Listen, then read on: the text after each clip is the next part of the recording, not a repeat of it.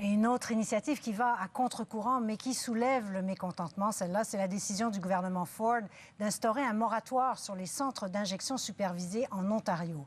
Alors que c'était un symposium à Toronto sur la crise des opioïdes, la pression s'accentue sur le premier ministre Doug Ford, qui s'est déjà prononcé contre l'ouverture de telles cliniques. Voici ce qu'a préparé Philippe Leblanc. 200 experts qui cherchent à endiguer une crise en pleine croissance. L'épidémie des opioïdes a fait 5000 morts en 2 ans au pays. Elle est la première cause de mortalité chez les 30 à 39 ans. We're here today because it's all about what more can we do. Absence de taille à ce symposium, la ministre ontarienne de la Santé qui a décliné l'invitation. Elle a récemment suspendu l'ouverture de 3 sites d'injection supervisés. Le gouvernement Ford évalue l'efficacité de ces centres avant de se prononcer. I am dead against that. Nous avons ensemble le devoir de chercher davantage de solutions. La ministre fédérale de la Santé se félicite de l'ouverture de 25 sites de prévention de surdose au pays ces 2 dernières années.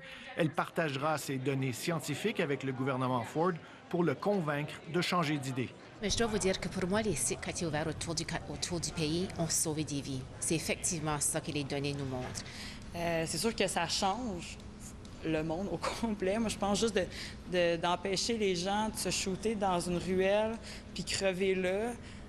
Juste ça, ça fait la différence. Dans un symposium où les experts rappellent l'importance de solutions à l'échelle nationale, le recul de l'Ontario fait mal. Un qui va dans une direction, l'autre qui va contre courant, un qui va avec le courant.